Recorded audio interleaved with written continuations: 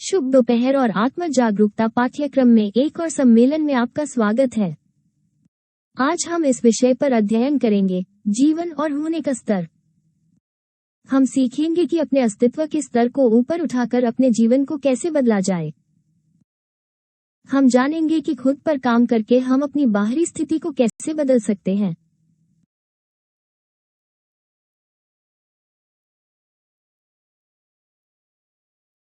निश्चित रूप से हम अपने अस्तित्व के कारण को नजरअंदाज करते हैं।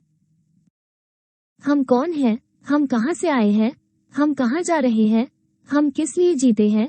हम क्यों जीते हैं? निस्संदेह बेचारा बौद्धिक पशु, जिसे गलती से मनुष्य कहा जाता है, न केवल वो नहीं जानता, बल्कि वो ये भी नहीं जानता कि वो नहीं जानता।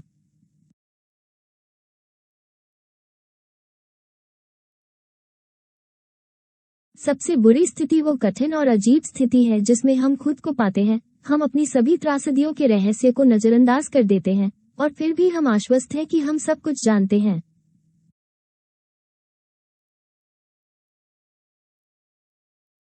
बौद्धिक ह्यूमनॉइड हालांकि मजबूत होने का दावा करता है और खुद को बहुत इंसान मानता है, लेकिन अंदर से वो भयावह रूप से कमजोर साबित होता है। हम अपने बारे में सबसे अच्छा सोचते हैं। हमारा मानना है कि किंडरगार्टन, शहरीता नियमावली, प्राथमिक विद्यालय, हाई स्कूल, विश्वविद्यालय, हमारे पिता की अच्छी प्रतिष्ठा आदि के माध्यम से हम आश्चर्यजनक रूप से विकास कर सकते हैं। दुर्भाग्य से इतने सारे पत्रों और अच्छे संस्कारों, उपाधियों और पैसों के बाद भी हम अच्छी तरह से जानते हैं कि पेट का कोई भी दर्द हमें दुखी करता है और अंदर ही अंदर हम दुखी और दुखी ही बने रहते हैं।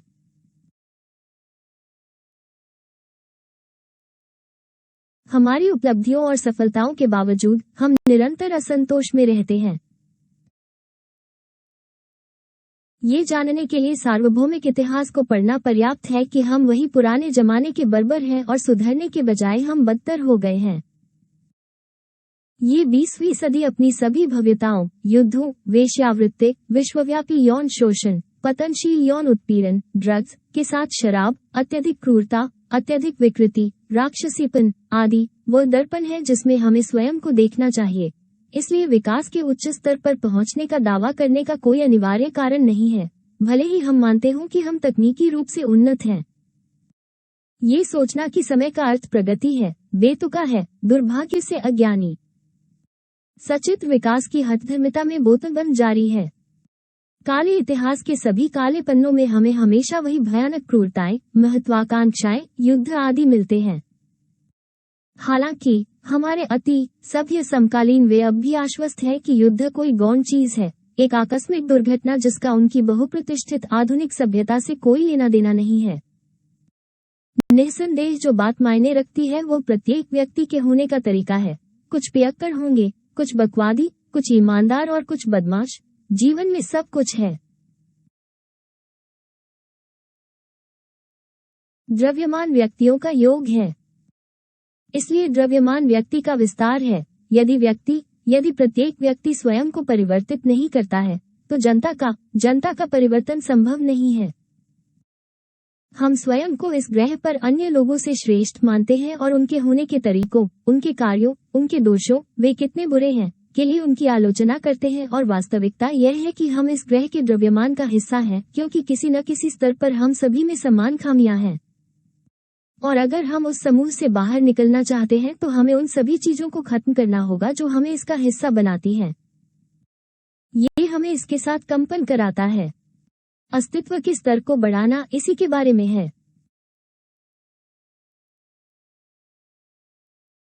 इस बात से कोई इनकार नहीं कर सकता कि विभिन्न सामाजिक स्तर हैं, चर्च और वेश्यालयों के लोग हैं, वाणिज्य और ग्रामीण इलाकों का आदि। इस प्रकार अस्तित्व के भी विभिन्न स्तर हैं। अस्तित्व का स्तर एक नैतिक स्तर है। यह वो है जो हम वास्तव में अंदर से हैं, भले ही बाहर हमारी स्थिति कुछ भी हो। हम आंतरिक रूप से क्या है, शानदार या नीच, उदार या कंजूस, हिंसक या शांतिपूर्ण, पवित्र या वासनापूर्ण, ये जीवन की विभिन्न परिस्थितियों को आकर्षित करता है। एक कामुक व्यक्ति हमेशा कामुकता के दृश्यों, नाटकों और यहाँ तक कि त्रासदियों को आकर्षित करेगा जिसमें वो खुद को शामिल पाएगा। एक शराबी शराबी को आकर्षित करेगा और हमेशा खुद को बार और कैंटीनों में शामिल पाएगा, ये स्पष्ट है। सूदखोर को क्या आकर्षित करता है? अहंकार है। कितनी समस्याएं, जेलें, खराब किस्मत। जो उनके साथ कल हुआ वो आज भी उनके साथ होगा और कल भी उनके साथ होगा। वे हमेशा वही गलतियां दोहराते हैं और जीवन या बंदूक से सबक नहीं सीखते हैं। सभी चीजें उनके जीवन में खुद को दोहराती हैं। वे वही बातें कहते हैं, वही काम करते हैं, वही बातें पछताते हैं। नाटकों, हास्य और त्रासदियों की यह उबाऊ पुनरावृत्ति तब तक जारी रहेगी जब तक हम अपने भीतर क्रोध, लालच, वासना, ईर्ष्या, अहंकार, आलस्य जैसे अवांछनीय तत्वों को लेकर चलेंगे, लोलुपता आदि। हमारे बाहर, इस दुनिया के मंच पर जो भी चीजें, सभी परिस्थितियां घटित होती हैं, वे विशेष रूप से हमारे अंदर जो कुछ भी है उसका प्रतिबिंब है। उचित कारण के साथ हम गंभीरता से कह सकते हैं कि बाहरी भाग आंतरिक का प्रतिबिंब है। जब कोई आंतरिक रूप से बदलता है और ऐसा परिवर्तन आमूल-चूल होता है, तो बाहरी परिस्थितियां, जीवन भी बदल जाता है।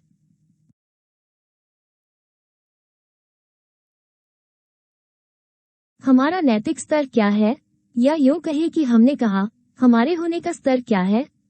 जब तक अस्तित्व का स्तर मौलिक रूप से नहीं बदलता, हमारे सभी दुखों, दृश्यों की पुनरावृत्ति और दुर्भाग्य।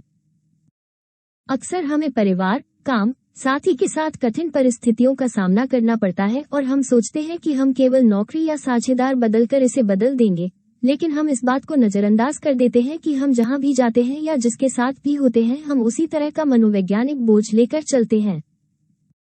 इसलिए हम उन्हीं स्थितियों और गलतियों को दोहराते रहेंगे और एक ही प्रकार के लोगों को अपने जीवन में आकर्षित करते रहेंगे। इसलिए, यदि हम वास्तव में आमूल-चूल परिवर्तन चाहते हैं, तो हमें सबसे पहले ये समझना होगा कि हम किस स्तर पर हैं। सबसे पहले, हमें पूरी स्पष्टता के साथ यह समझना चाहिए कि हम में से प्रत्येक, चाहे वो बुर्जुआ हो या सर्वहारा, अमीर या मध्यम वर्ग, अमीर या दुखी, वास्तव में अस्तित्व के इस या उस स्तर पर है।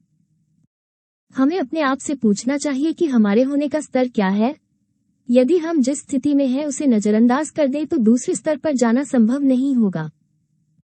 एक शराबी का स्तर शराब न पीने वाले व्यक्ति के स्तर से बहुत अलग होता है और एक वेश्या का स्तर एक पवित्र महिला के स्तर से बहुत अलग होता है। हम कैसे जान सकते हैं कि हमारा स्तर क्या है? स्वयं का आत्मनिरीक्षण करके। लेकिन चूंकि यह भावना हमारे अंदर इतनी क्षीण हो गई है, हम हर उस चीज का निरीक्षण कर सकते हैं जो हमारे सबसे करीब है। इस तरह आकर्षण का नियम वास्तव में काम करता है। जो हमारे जैसा है उसे आकर्षित करना। आइए देखें कि हमारे आसपास क्या है, हम खुद को किन परिस्थितियों में पाते हैं, किस तरह के लोग हमारे आसपास हैं। हम खुद को गरीबी की परिस्थितियों में पाते हैं, लगातार संघर्ष करते रहते हैं। हम अपने आप को शराबी और नशीली दवाओं के आदी, आलोचना करने वालों, पाखंडी लोगों, झगड़ालू लोगों आदि से घेर लेते हैं वगैरह। वो हमारे अस्तित्व का स्तर है। एक बार जब हम अपने अस्तित्व के स्तर का पता लगा लेते हैं, तो हमें उस स्तर पर प्रकट होने वाले सभी दोषों को खत्म करना होगा। यही दूसरे उच्च स्तर पर जाने का एकमात्र तरीका है। एक और स्तर जो निस्संदेह अपनी समस्याएं और संघर्ष लाएगा और हमें उससे उबरना भी होगा।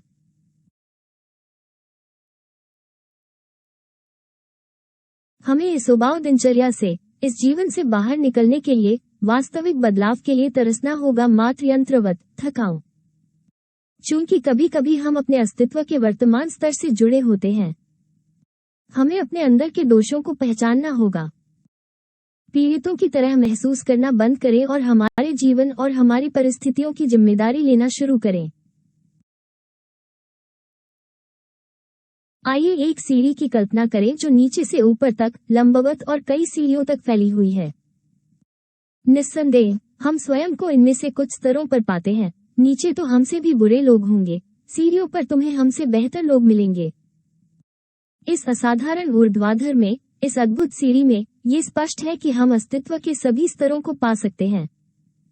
प्रत्येक व्यक्ति अलग है और कोई भी इसका खंडन नहीं कर सकता। निस्संदेह, अब हम बदसूरत या सुंदर चेहरों के बारे में बात नहीं कर रहे हैं। नहीं, हम हैं, ये युगों युगों की बात है।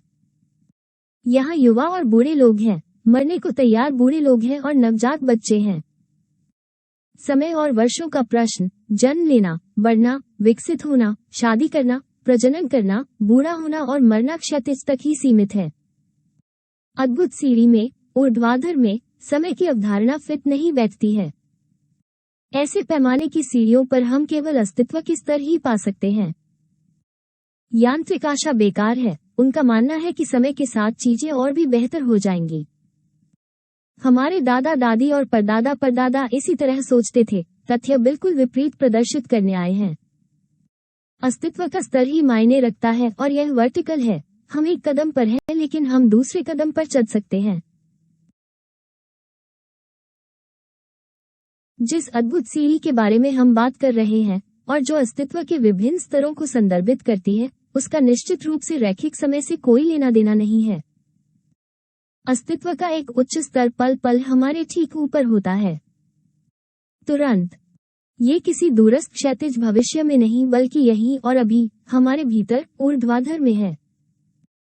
ये स्पष्ट है और कोई भी इसे समझ सकता है कि दो रेखाएं, क्षैतिज और ऊर्ध्वाधर, हमारे मनोवैज्ञानिक आंतरिक भाग में पल पल मिलती है और एक क्रॉस बनाती है। व्यक्तित्व जीवन की क्षैतिज रेखा में विकसित होता है। यह अपने रैखिक समय के भीतर पैदा होता है और मर जाता है। यह नाशवान है। मृतकों के व्यक्तित्व का कोई कल नहीं है। यह अस्तित्व नहीं है। होने की स्तर, अस्तित्व स्वयं समय का नहीं है। इसका क्षैतिज रेखा से कोई लेना देना नहीं है। यह अब हमारे भीतर है, ऊर्ध्वाधर में। निस्संदेह ऐसा बिंदु न तो अतीत में पाया गया है और न ही भविष्य। जो कोई भी उस रहस्यमय बिंदु की खोज करना चाहता है उसे यहीं और अभी अपने भीतर ठीक इसी क्षण खोजना होगा, न एक सेकंड आगे न एक सेकंड पीछे। होली क्रॉस की दो ऊर्ध्वाधर और क्षैतिज छड़ें इस बिंदु पर मिलती हैं। इसलिए हम खुद को पल पल दो रास्तों का सामना करते हुए पाते हैं, क्षैतिज और ऊर्ध्वाधर। अधिकांश लोग क्षैतिज रूप से चलते हैं। ये स्पष्ट है कि वर्टिकल अलग है। ये बुद्धिमान विद्रोहियों का, क्रांतिकारियों का मार्ग है। जब कोई स्वयं को याद करता है, आत्मा अवलोकन की स्थिति में रहता है, जब कोई स्वयं पर काम करता है, जब वह जीवन की सभी समस्याओं और दुखों की पहचान नहीं करता है, तो वास्तव में वह ऊर्ध्वाधर पथ पर चलता है। तो जैसा हमने देखा, अस्तित्व के स्तर को ऊपर उठाने का आधार मनोवैज्ञानिक मृत्यु है। इससे हम अपने सभी नकारात्मक तरीकों को खत्म कर देते हैं। अगली चीज जो हम करने जा रहे हैं वो है अस्तित्व के इन स्तरों को चेतना के स्तरों में मिला देना। अस्तित्व के स्तर हमें अपना जीवन बदलने की अनुमति देंगे। चेतना के स्तर ही हमें हमारे अस्तित्व, हमारे आंतरिक ईश्वर के करीब लाएंगे। और चेतना के वे स्तर हमारी रीढ़ में दिखाई देते हैं। और चेतना के इन स्तरों को मिलाने के लिए हम इसे सुप्रासेक्स के अभ्यास के माध्यम से करने जा रहे हैं, जिसमें हम अहंकार से निकलने वाली चेतना की उन चिंगारियों को अपनी रीढ़ की हड्डी में मिलाने जा रहे हैं।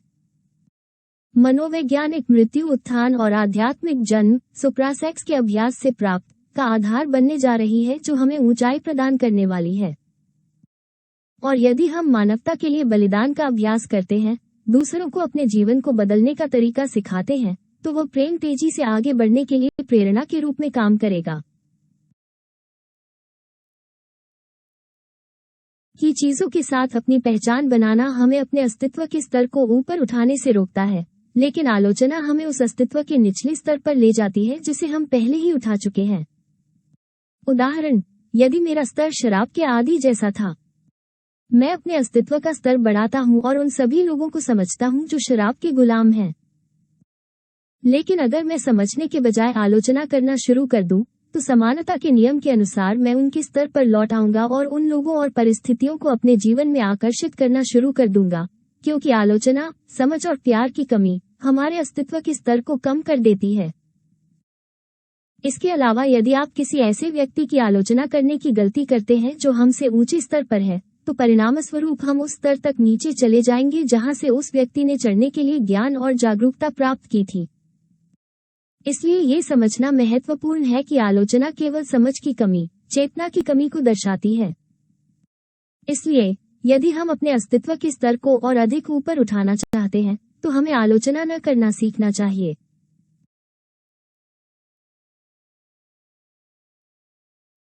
नकारात्मक भावनाओं को खत्म करना निश्चित रूप से कोई आसान काम नहीं है। अपने जीवन के तरीके से सारी पहचान खो दें। सभी प्रकार की समस्याएं, व्यवसाय, ऋण, बिलों का भुगतान, टेलीफोन, पानी, बिजली आदि। बेरोजगार जो इस या उस कारण से अपनी नौकरी खो चुके हैं, जाहिर तौर पर पैसे की कमी से पीड़ित हैं और अपने मामले को भूल जाना, चिंता न करना या अपनी समस्या की पहचान करना वास्तव में भयावह रूप से कठिन है। जो पीड़ित हैं, जो रोते हैं, जो जीवन में किसी विश्वासघात, बुरे भुगतान के शिकार हुए हैं, कृतघ्नता, बदनामी या किसी धोखाधड़ी के कारण वे वास्तव में स्वयं को, अपने वास्तविक अंतरंग अस्तित्व को भूल जाते हैं। वे पूरी तरह से अपनी नैतिक त्रासदी से जुड़ जाते हैं। भावनात्मक, आर्थिक या राजनीतिक समस्या के कारण हताश है, वो स्पष्ट रूप से खुद को भूल गया है। ऐसा व्यक्ति, यदि वो एक पल के लिए भी रुक जाए, यदि वो स्थिति का अवलोकन करता है और स्वयं को याद करने का प्रयास करता है और फिर अपने दृष्टिकोण का अर्थ समझने का प्रयास करता है, यदि वो थोड़ा चिंतन करता है, यदि वो सोचता है कि सब कुछ होता है जिसमें जीवन भ्रामक, क्षणभंगुर और अंदर है वह मृत्यु दुनिया की सारी व्यर्थताओं को राख में मिला देती है। यदि आप समझते हैं कि आपकी समस्या मूल रूप से एक वसीयत ओ द विस्प से ज्यादा कुछ नहीं है जो जल्द ही खत्म हो जाएगी, तो आप अचानक आश्चर्य से देखेंगे कि सब कुछ बदल गया है।